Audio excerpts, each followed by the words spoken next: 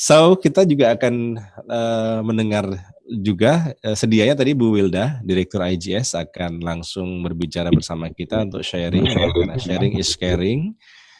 Berbagi itu indah gitu ya, dan berbagi itu adalah sesuatu hal yang sangat mulia. Namun karena kendala jaringan juga cukup seperti serentak dialami oleh kami-kami semuanya, sehingga beliau mengalami kesulitan untuk bisa bergabung di virtual room ini. Dan sebagai gantinya kita akan mendatangkan langsung Menteri Pendidikan IGS, tapi Menteri Pendidikan IGS akan langsung bersama dengan kita untuk memaparkan tentang bagaimana strategi merancang proyek produktif untuk untuk anak-anak kita gitu ya di masa pandemi ini. Bapak Sugi sudah bersama dengan kita. Pak Sugi, dipersilahkan. Baik Mas Edi, Assalamualaikum warahmatullahi wabarakatuh. Assalamualaikum warahmatullahi wabarakatuh. Alhamdulillah luar biasa ya ini. Ini yang tercatat masih standby di layar ada 260 Mas Edi. Iya, di YouTube juga tuh ramai banget Mas Sugi. Ya Di itu. kanal YouTube barangkali karena kendala di sini gitu ya, karena Ya, ke YouTube dan saya lihat ramai ya. sekali tuh. Insya Allah luar biasa. Masya Allah. Jadi kami mewakili lembaga, mohon maaf yang sebesar-besarnya kepada seluruh peserta webinar. Yang ini posisi Bu Wilda dengan Khadijah terpisah dari ruangan kami.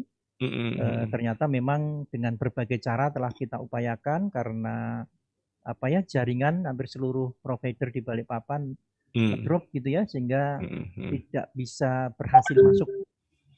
Nah, ya, lagi pada weekendan Pak jaringannya iya, Pak. Mungkin ya. Mungkin berikutnya nggak usah hari Sabtu kali Pak ya. Hari Kamis aja kayaknya. Hari Rabu gitu ya. Hari Kamis manis pokoknya itu punya IGS.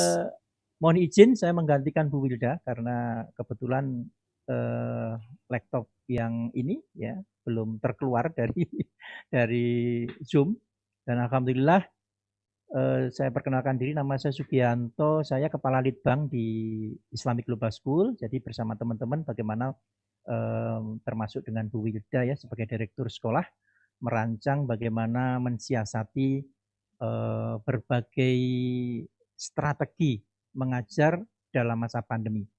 Baik, mudah-mudahan pengalaman kami yang telah kami laksanakan selama 6 bulan ya, 6 bulan semester 1, bahkan sebetulnya sebelum itu ya, kita sudah 9 bulan belajar di rumah. Kita akan share bagaimana caranya sesuai judul ya, bagaimana strategi merancang kegiatan produktif di rumah. Baik, itu yang akan kita coba share, mudah-mudahan nanti bermanfaat bagi semua ya.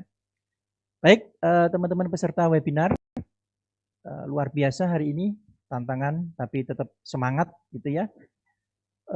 Pandemi ini yang menjadi catatan kita bersama bahwa sebagai seorang pendidik ya, karena yang hadir di sini kayaknya ada pendidik, ada orang tua, ada mahasiswa, ada masyarakat umum.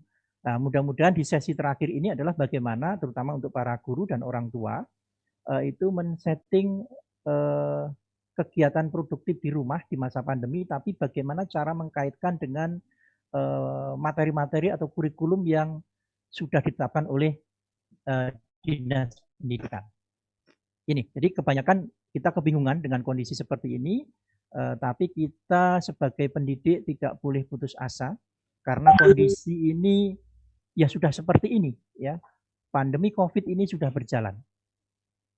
Tidak bisa lagi kita menanyakan kenapa ini terjadi, tapi bagaimana kita menyiasati dan mengantisipasi kondisi ini. Karena kalau sampai anak-anak kita tidak sekolah ya dan tidak mendapatkan strategi pembelajaran di rumah yang baik, maka kita bisa bayangkan akan terjadi loss generasi kali ya ke depan ya. Karena apa? Karena kita tidak tahu sampai kapan pandemi ini berjalan. Ini yang harus kita antisipasi. Kalau di sekolah kami selalu berpikir terburuk karena terbaik itu sangat semua orang bisa terima. Jadi kami sudah membayangkan, tapi tidak berdoa untuk itu ya. Kami selalu berdoa bagaimana pandemi ini selesai sebulan 2 bulan ke depan. Tapi kami selalu mempersiapkan pandemi ini masih 5 tahun lagi. Oke, jadi harus begitu mikirnya. Pandemi ini masih 5 tahun lagi anak-anak belajar di rumah. Pak, itu nakut-nakuti enggak? Ini persiapan, namanya persiapan. Tapi kalau misalnya pandemi berhenti di tahun ajaran baru, alhamdulillah sekali. Ya, kita selalu berdoa dan berupaya, makanya semuanya harus taat pada protokol kesehatan dan sebagainya. Nah, inilah yang menyebabkan kita akan membuat sebuah rencana-rencana strategi sekolah dan orang tua siswa di rumah dengan serius gitu. Jangan sampai kita cuma mempersiapkan untuk 6 bulan ke depan. Masalahnya kalau 6 bulan ke depan pandemi belum selesai, itu menjadi persoalan besar. Kita kaget-kaget gitu. Tapi kalau misalnya kita sudah siap, anak-anak bisa masuk lagi ke sekolah, tidak ada masalah.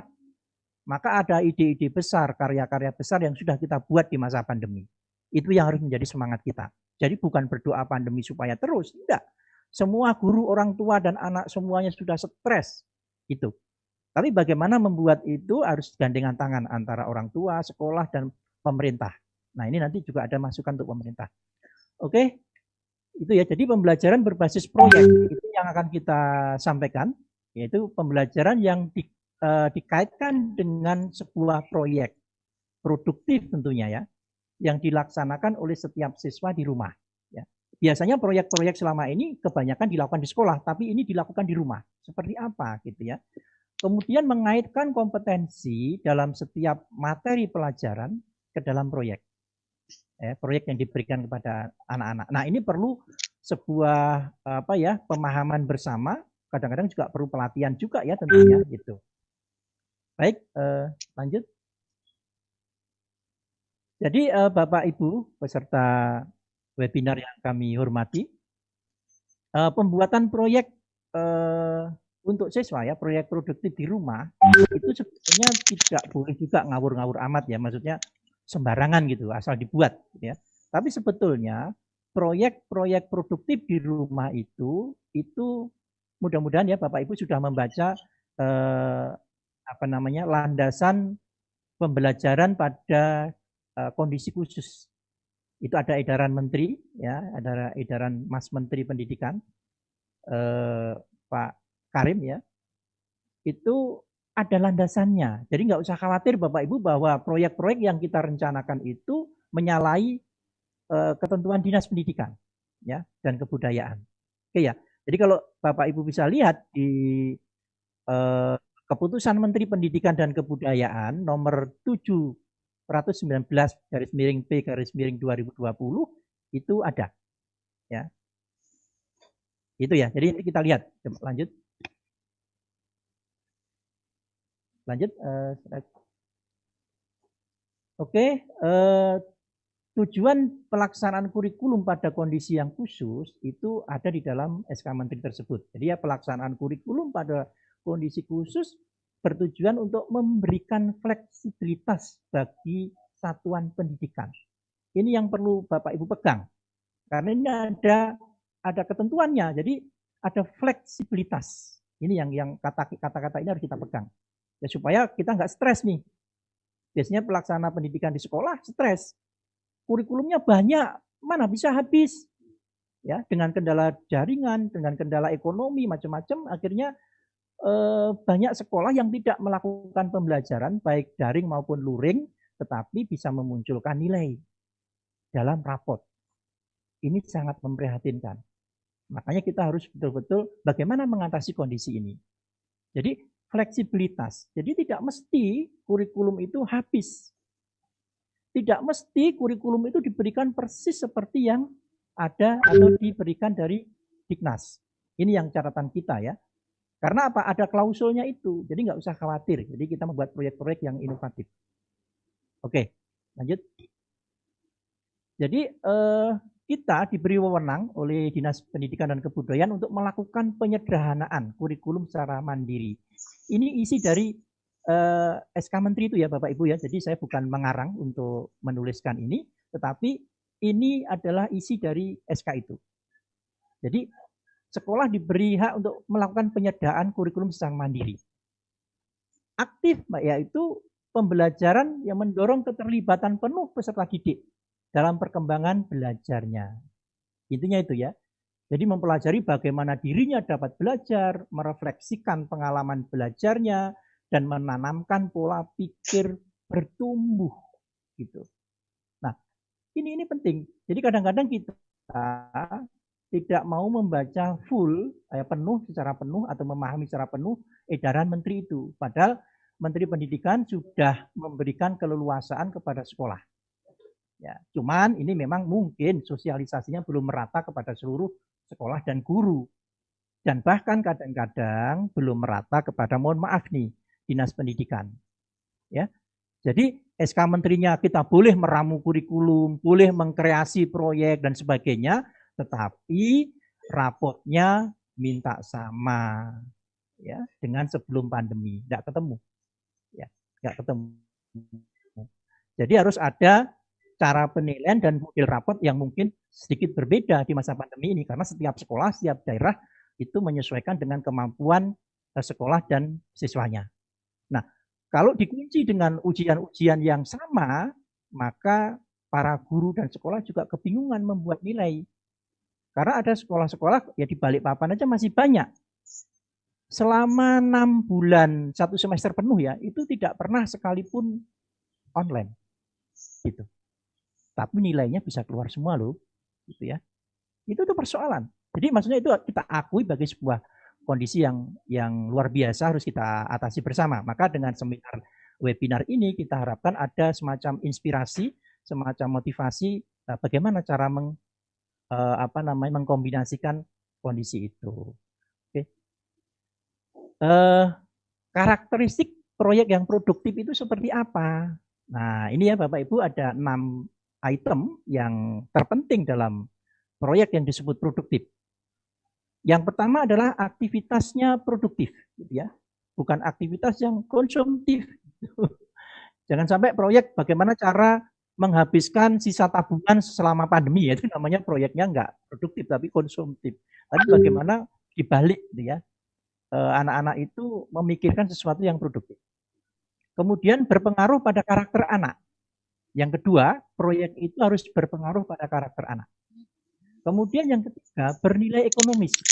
Kalau bisa proyek itu bisa menghasilkan sesuatu dan bisa menjadi inspirasi usaha bisnis rumahan.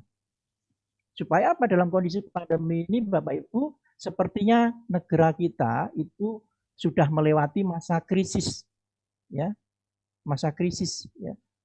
Masuk pada yang lebih parah sebetulnya. Masa sudah banyak orang yang tidak mampu membeli, ya. Bukan keluar dari masa krisis masuk ke masa yang baik, tapi kelihatannya sudah mulai semakin memburuk.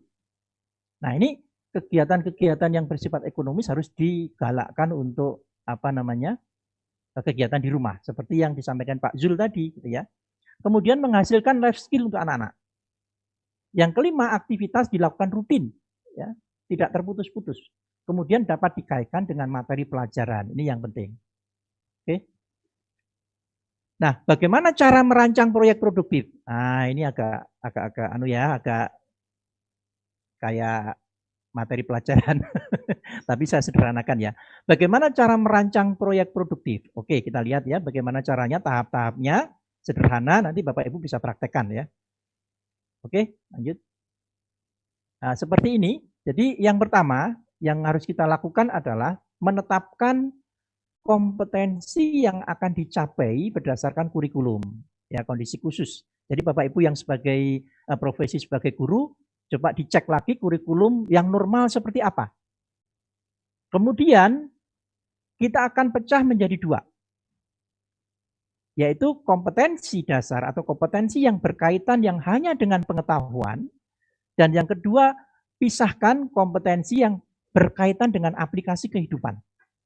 Nah, di dalam surat edaran Menteri Pendidikan itu memang menganjurkan ya Pak Menteri ya, Mas Menteri menganjurkan oke, pembelajaran selama pandemi itu lebih baik diarahkan kepada hal-hal yang berkaitan dengan ilmu kehidupan yang langsung bisa dipraktekkan. Bukan yang teori-teori yang bisa dihafal, bisa dicari di internet.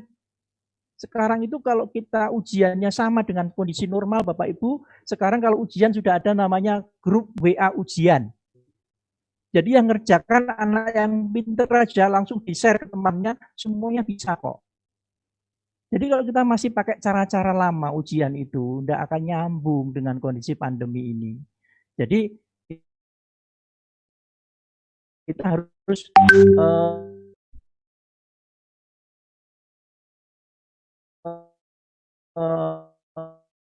memodifikasi. Ya, jadi pisahkan. Nah, terima jangan bisa silai akses internet. Ya,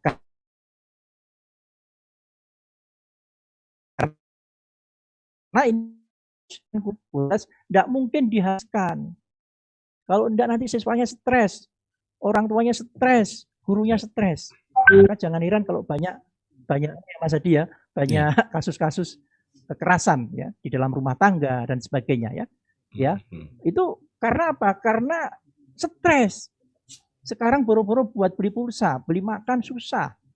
Nah, itu juga menjadi persoalan kita. Oke ya, jadi itu dibedakan jadi dua. Ya, oke, lanjut. Nah, kemudian kita petakan pemetaan target kompetensinya seperti apa. Target kompetensi yang akan dicapai menurut kami ya ada 3. Jadi di dalam kompetensi manusia itu sebetulnya diperlukan cuma 3 ini. Ya, karena kami sekolah Islam maka kami menyebutnya sekolah Sakofah ya. Nah, 3 ini diperlukan sekali di kondisi apapun. Yang pertama adalah materi yang kita targetkan dalam proyek itu mengandung karakter kepribadian, pembentukan karakter. Yang kedua, harus tetap mengutamakan bagaimana sakofah atau ibadah untuk anak-anak kita. Kemudian yang ketiga, ilmu kehidupannya jangan hilang. Mentang-mentang tidak sekolah, anak-anak tidak belajar apapun, akhirnya apa? Pegang gadget ya, mainnya main YouTube terus atau game, akhirnya terjadi kemunduran di dalam ilmu pengetahuannya, terjadi kemunduran di dalam karakternya, terjadi kemunduran bahkan lupa ibadah. Masalah itu biasanya dipantau oleh gurunya, sekarang di rumah. Oke, kemudian kita satukan, kita pilah lagi, kemudian disesuaikan dengan kalender akademik dari Dinas Pendidikan. Itu caranya. Nanti Bapak Ibu kalau misalnya Pak detailnya seperti apa, detail bangetnya, boleh nanti kita akan programkan kalau kita mau sharing, kita adakan seminar khusus kalau misalnya khusus untuk guru misalnya, bagaimana itu secara detail bisa dilakukan, bahkan bisa di workshopkan. Oke, itu ya, itu gambaran sepintas ada pemetaan target, yaitu mengandung karakter, sakofah, ilmu kehidupan. Dan lanjut.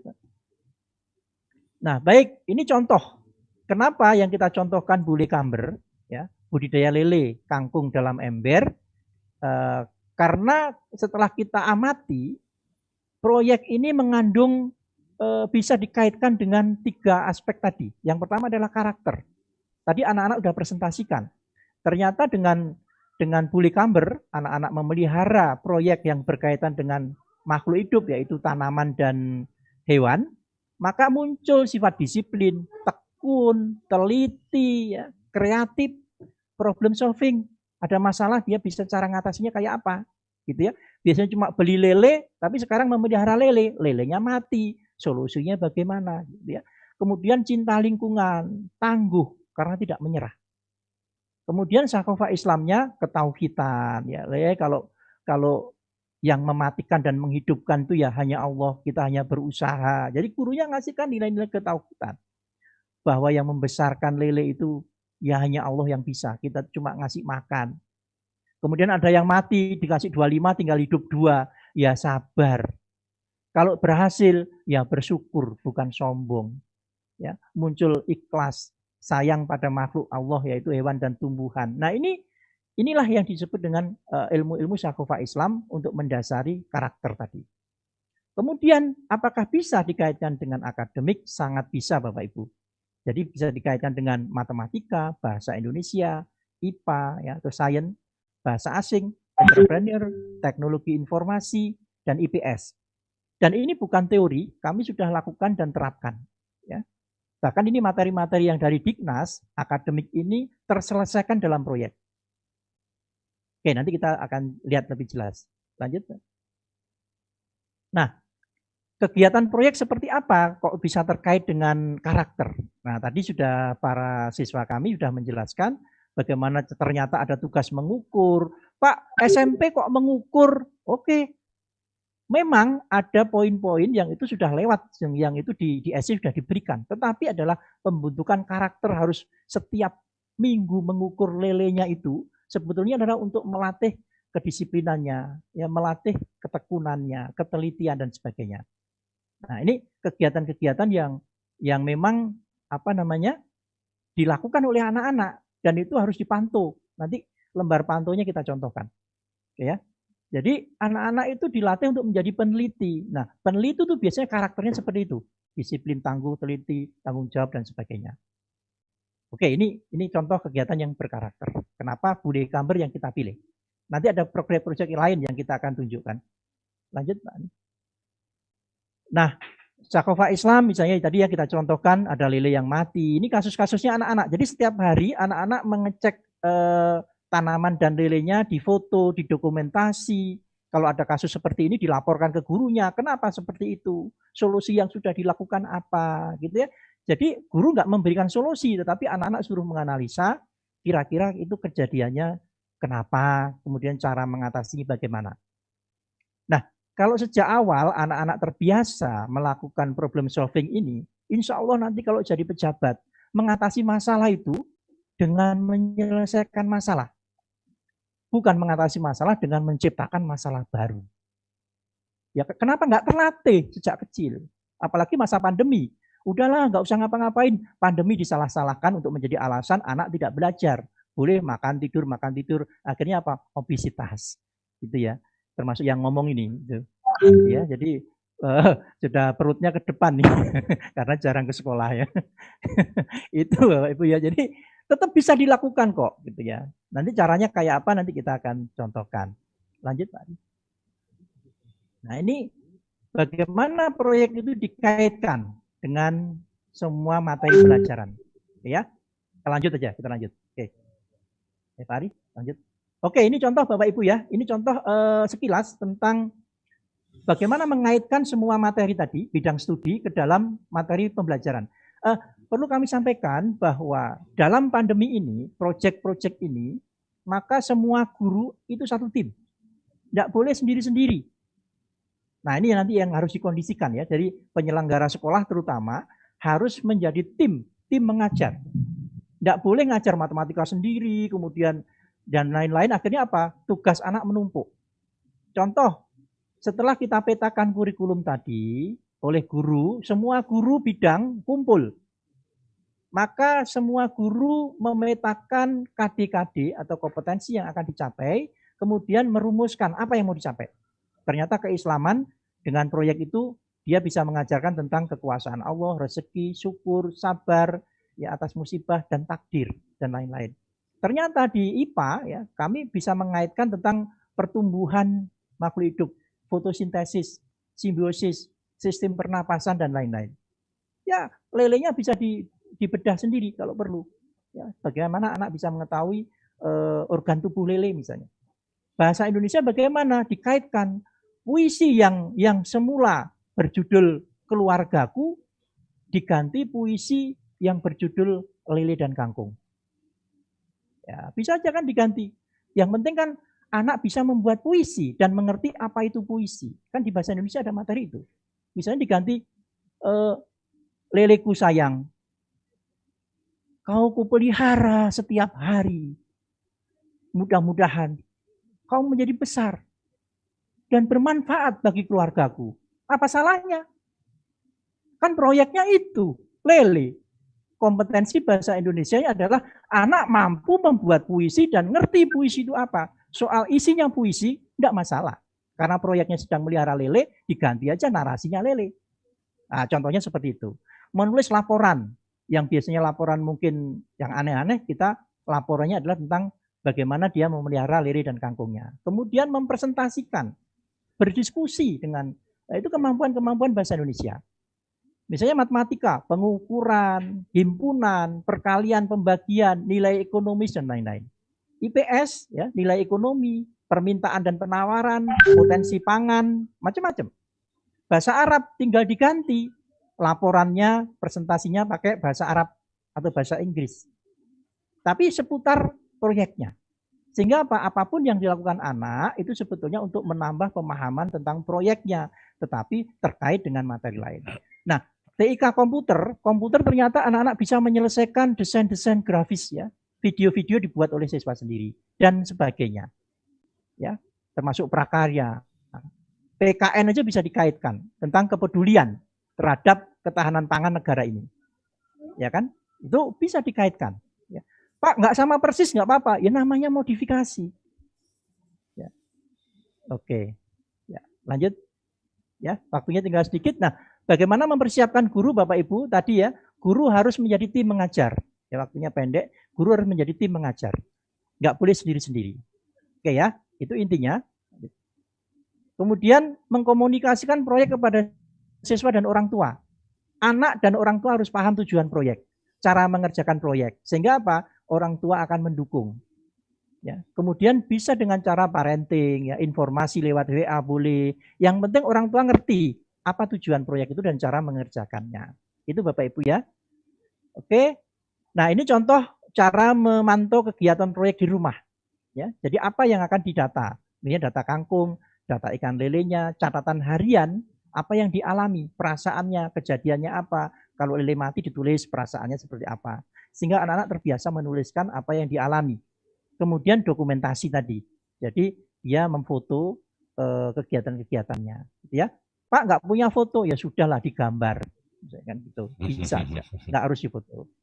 Oke, itu ya, itu simpelnya seperti itu cara memantau dan itu akan ditanyakan oleh gurunya bahkan setiap hari boleh.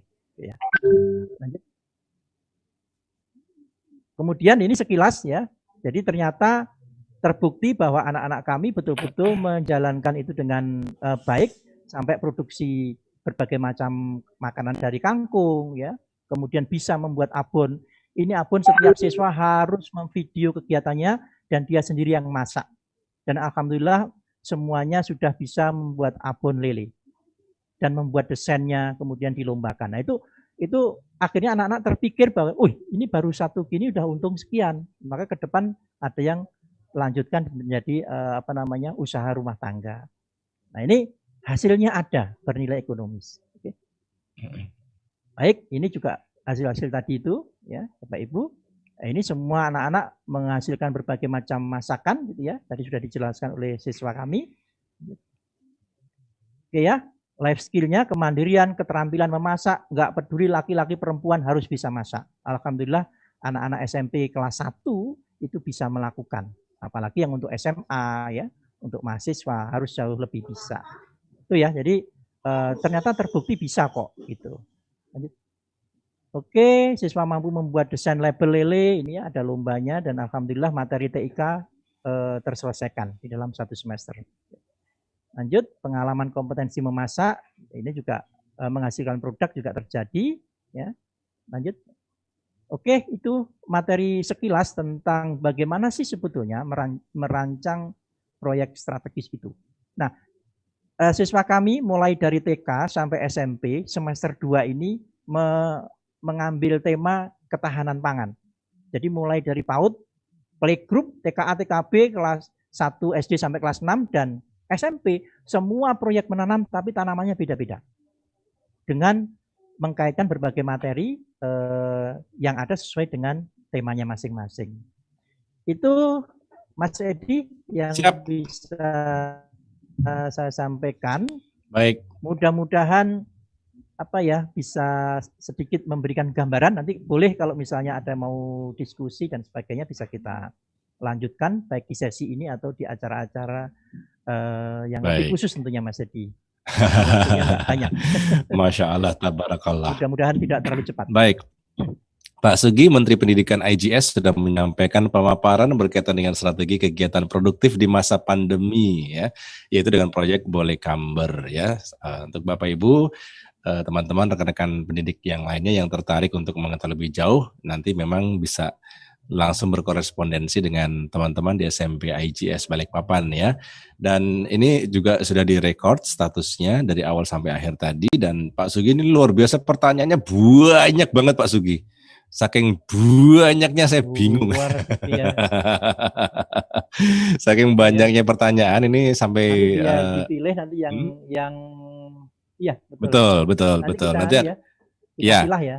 kita pilah saja, nanti selebihnya akan dilakukan koresponden oleh panitia, kan sudah terekord semua, sudah terekam semua ya Bapak Ibu ya. Kalau ada pertanyaan dari Bapak Ibu yang tidak kita sampaikan di forum tanya jawab yang hanya beberapa menit nanti, nanti akan ditindaklanjuti oleh teman-teman di panitia webinar ini untuk langsung diberikan jawaban berkaitan dengan pertanyaan tersebut ya.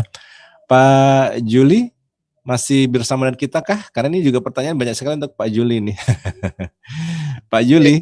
Baik, terima kasih. Oke, siap. Oke. Ini dari sekian banyak pertanyaan ini Pak Juli, ini saya pilihkan dua penanya ya. Yang pertama dari Putri Yunita di Malang. Pak, izin bertanya berapa persen kemungkinan gagal dalam proyek ini dan apa penyebabnya? Monggo singkat jelas aja Pak Juli dijawab. Baik, terima kasih Pak Edi. Alhamdulillah ini sinyalnya bagus. Jadi untuk pertanyaan berapa persen kegagalan dan keberhasilan gitu ya. Umumnya kalau saya rata-ratakan untuk pemula, biasanya pemula itu hasilnya 40% sampai 60% Pak Edi. Ketika semua prosedur sudah dijalankan. Tetapi walaupun pemula, ketika prosedur yang sudah diberikan, dijalankan dengan baik, itu biasanya sudah 80 sampai 90% tingkat keberhasilannya Pak Edi, seperti itu. Iya. Oke, baik. Nanti lebih detailnya akan bisa banyak melihat video-video yang ditampilkan Pak Juli ini ya, untuk untuk Ibu Putri ya. Karena Pak Juli ini juga seorang penggiat media sosial. Jadi silakan browsing, googling, searching nama beliau, banyak banget tuh karya-karya jenius beliau berkaitan dengan Budi Camber ini ya. Oke, pertanyaan kedua dari Siskawati di Bekasi ke Pak Juli lagi. Pak, apakah diperlukan aerator? Ingat bak penampungannya hanya dengan ember. Ya, terima kasih. Jadi memang Budik Damber atau Bule Camber itu didesain untuk teman-teman menengah ke bawah awalnya gitu ya. Jadi tidak perlu biaya mahal, tidak perlu biaya listrik, tidak perlu beli media yang besar, tapi tetap bisa melakukan. Sehingga memang kita fokus tidak pakai aerator, Pak Edi. Karena lahannya juga sempit, tidak sampai 1 meter persegi, kita sudah bisa produksi ikan dan produksi sayuran. Jadi dengan biaya murah, tidak menimbulkan biaya tambahan, kita tetap bisa. Seperti itu Pak Edi. Baik, dan juga memang ikan yang diikutkan lah ya, dibudidayakan ini adalah ikan-ikan yang memang memiliki kemampuan bertahan hidup di oksigen rendah ya Pak Juli ya. Betul Pak. Oke, baik. Oke, kemudian ini ada satu, sebenarnya dua saja, tapi ini kayaknya menarik sekali nih pertanyaan yang disampaikan oleh penanya nih Pak Juli ya. Baik Pak. Apakah diperlukan juga pengurasan dalam itu Budi Camber itu, dan berapa lama waktu yang direferensikan untuk menguras air yang membuat ikan kita tetap sehat begitu? Baik Pak Edi. Jadi untuk teman-teman seluruh Indonesia, jadi adik-adik EGS pun saya pikir sudah dapat pola untuk bagaimana memelihara ikan yang baik gitu ya. Nah itu kita sudah buat panduan. Jadi teman-teman biasanya ketika memang airnya jelek, airnya itu bisa jelek dan bisa mematikan ikan lele Pak. Tandanya adalah ketika ikan muncul di permukaan, itu tanda bahwa air di dasar, lumpurnya, kotorannya harus dibuang Pak Edi. Buang air kotor di dasar itu cuma 5-20 liter. Tidak harus total, begitu Pak Edi. Itu biasanya hari keempat, hari kelima, hari keenam, dan selanjutnya. Ketika terlalu banyak pemberian pakan, maka semakin cepat harus diganti. Tapi bukan ganti air total. Seperti itu Pak Edi. Baik. Kalau pakan Pak Juli, itu khususkah atau ada ini sendiri? Ya, jadi pakan itu menyesuaikan dengan ikan yang kita pelihara Pak Edi. Jadi ada ikan karnivora seperti lele gitu ya. ikan lele, pakan herbivora itu biasa ikan mas, ikan nila gitu ya. Terus pakan yang omnivora tentu berbeda. Nah, pilihan pakan Pak Edi untuk ikan lele yang kita pelihara, pilihannya sebenarnya bisa pelet atau pakan ikan yang diberi di toko-toko, atau sebenarnya bisa juga karena lele karnivora, bisa kita kasih cacing, bisa kita cincangan keong dan sebagainya. Tetapi kan itu lebih merepotkan gitu kan. Setiap hari harus ke sawah cari keong dan sebagainya. Walaupun memungkinkan gitu ya. Nah, ketika kita pelihara ikan gurame, Pak Edi, ikan gurame yang ukuran 3 jari, 4 jari itu sudah makan daun. Tidak perlu beli pelet dan sebagainya. Jadi cukup daun saja. Tergantung ikannya, Pak Edi. Ya. Baik, jadi semua kembali atau bergantung pada ikan apa yang kita pilih ya Pak Ya, betul Juli ya. Oke, baik Pak Juli, terima kasih untuk jawabannya singkat, padat, jelas. Nah, jadi ini sudah bisa menjawab beberapa pertanyaan yang muncul dari teman-teman, baik penggiat penggiat pendidikan ataupun juga masyarakat umum berkaitan dengan ini. Tapi sekali lagi, kalau Anda tertarik lebih jauh, silakan googling, searching, apalagi tuh di media sosial, karena beliau ini sudah menjadi salah satu artis di sana ya. Jadi sudah banyak banget proyek-proyek yang beliau share dan itu semuanya gratis. Oke. Baik Pak Juli, terima kasih. Kita ke Pak Sugi ya, karena pertanyaan juga banyak banget nih yang tertarik dengan presentasinya dari Pak Sugi.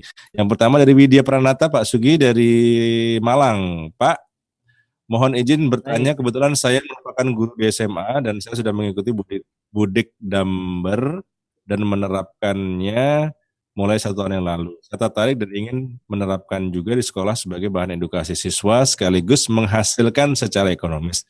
Kendala yang saat ini masih saya coba pecahkan adalah perawatannya. Oke.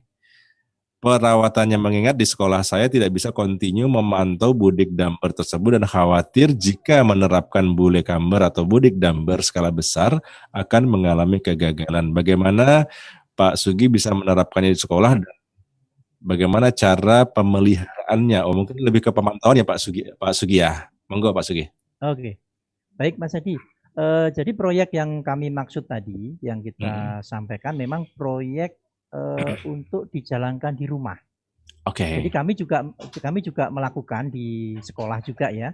Jadi di sekolah juga ada sebagai kita ada greenhouse yang memang kita pantau gitu ya. Jadi guru pun juga harus pernah melakukan. Jangan sampai guru yang memberi tugas ke anak tuh di sekolah kita itu juga semua guru baik bahasa Indonesia, matematika dan semuanya itu punya satu ember yang memang harus dia pelihara. Jadi gitu. Nah, kami ulangi, mungkin ini proyeknya lebih. Iya. Pak Sugi terputus ya. Oke, kita masih lebih kepada Oke, ya, saya tersambung kembali. Halo, cek. Ya, sip, sudah Pak, lanjut. Sudah, masuk. Oke. Masuk. Jadi kami ulangi lagi bahwa proyek yang kita maksud di dalam pembelajaran ini adalah dilakukan anak-anak di rumah. Ya, kalau anak-anak kami tadi mencontohkan dengan ember-ember yang seperti itu diberikan untuk anak-anak individu dikerjakan di rumah. Jadi bukan dikumpulkan di sekolah ya.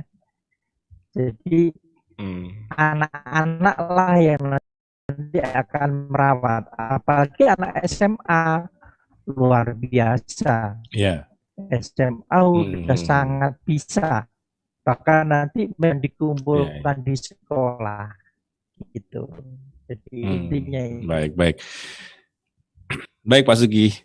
Kita ke pertanyaan berikutnya Pak Sugi ya. Dari Ibu Evi Ermawati Lubis di Labuhan Batu Selatan. Bagaimana mengombinasikan pembelajaran berbasis proyek dalam pembelajaran daring dengan situasi keluarga peserta didik yang berbeda?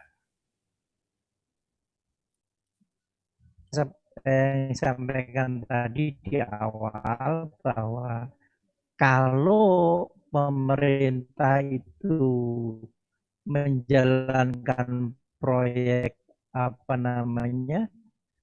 menjalankan kurikulum ini dengan kondisi khusus, ya, darurat mengerjakan proyek. Ada itu, Pak. Bahkan untuk ikut daring dia tidak bisa. Terus apa yang mau dinilai? Oke, di rumah ngapain aja?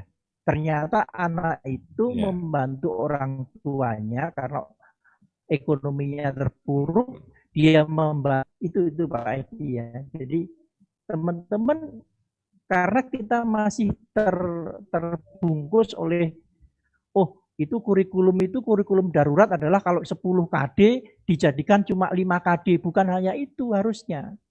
Bahkan kontennya bisa kita sesuaikan dengan kemampuan anak itu. Satu kelas misalnya ada anaknya orang menengah ke atas, ada menengah ke bawah. Yang paling tinggi walaupun tidak bisa 100%. Jadi kami membuat 3 ring. Ring yang bisa 90 sampai 100%, ada ring yang cuma 60 sampai 70%, dan ring yang di bawah 50% kepesertaannya. Nah, itulah yang rapotnya harus dimodifikasi. Tidak bisa semua siswa sama. Ini yang harus dipahami. Satu sekolah aja berbeda.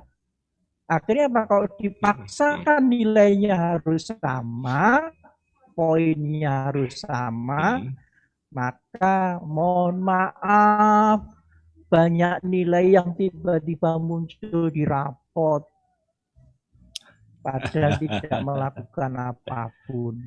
Itu menjadi pembentukan karakter generasi ini.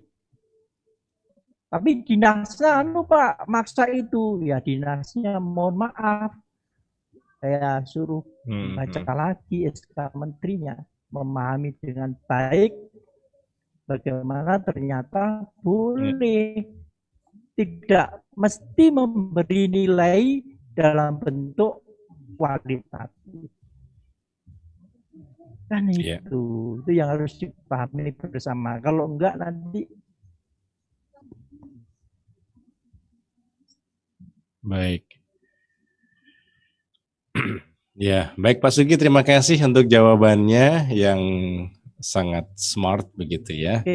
Tentu saja ini belum bisa menjawab secara keseluruhan, tapi saya yakin untuk Anda, jadi untuk Bapak Ibu yang nantinya sudah menyampaikan pertanyaan ke saya, baik melalui kolom chat ataupun melalui YouTube, nanti akan dikolek oleh seluruh panitia dan akan dilakukan korespondensi sehingga pertanyaan-pertanyaannya akan jauh bisa lebih diberikan jawaban yang lebih maksimal begitu ya. Oke, untuk 4 penanya tadi yang sudah saya sampaikan namanya dan juga pertanyaannya, akan ada apresiasi dari panitia berupa voucher pulsa senilai Rp100.000 akan dilaksanakan nanti dieksekusi maksudnya oleh panitia setelah acara berakhir, dan pastikan nomor handphonenya adalah yang sudah sesuai dengan yang didaftarkan begitu ya. Baik, ini sekarang sudah jam 12:15 waktu Indonesia bagian tengah. Di Lampung masih jam 11:15, kita berbeda 1 jam. Di waktu Indonesia bagian tengah, Pak Juli sudah mendekati masuk waktu sholat zuhur ya. Baik, jadi ini sekaligus akhiri dulu untuk sesi diskusi kita di webinar ini. Pak Juli terima kasih, sukses selalu untuk kegiatannya. Pak Sugi juga terima kasih, luar biasa untuk penjelasannya, dan juga untuk adik-adik dari IGS ya yang tadi sudah menyampaikan presentasinya berkaitan dengan Bule Kamber. Sangat luar biasa dan menunjukkan IJS sangat canggih ya. Baik, untuk selanjutnya saya serahkan kembali ke Miss Feni dan tim di IJS Balikpapan untuk menuntaskan beberapa agenda-agenda lainnya yang sudah direncanakan. Dan sekali lagi mohon maaf karena kendala jaringan, juga beberapa kondisi yang tidak terpetakan tadi, sehingga kegiatan ini agak sedikit mengalami beberapa kendala. Namun tentunya untuk depannya kita akan lakukan perbaikan. Kita berharap infrastruktur di tengah ataupun di timur gitu bisa jauh lebih baik lagi gitu ya. Baik, Miss Feni, dipersilakan untuk melanjutkan webinar ini, dan terima kasih sudah bisa bersama-sama kita. Next time kita bisa kolaborasi kembali untuk webinar yang lainnya. Silakan, Miss.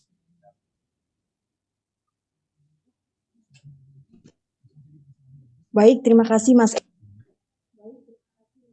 Masya Allah, Alhamdulillah, Bapak Ibu yang berbahagia, yang berbahagia. Ketika masuk ke acara inti, pemaparan materi, narasumber, Alhamdulillah, sinyal kami baik gitu ya, sehingga terselenggara dengan baik, meskipun beberapa pembicara atau narasumber tergantikan, tapi kami harap dari materi ini dapat tersampaikan dengan baik. Seperti itu. Terima kasih untuk Mas Edi yang sudah membantu menjadi moderator. Terima kasih Bapak Juli yang sudah bersedia menjadi narasumber kami. Dan terima kasih kepada Pak Sugi serta anak-anak SMP IJS Balikpapan yang sudah luar biasa saat menjadi narasumber tadi ya. Masya Allah, walaupun masih SMP kelas 1, namun sudah mampu untuk menjadi narasumber seperti itu ya. Bapak Ibu, semoga berkenan menerima apa yang sudah kami berikan tadi.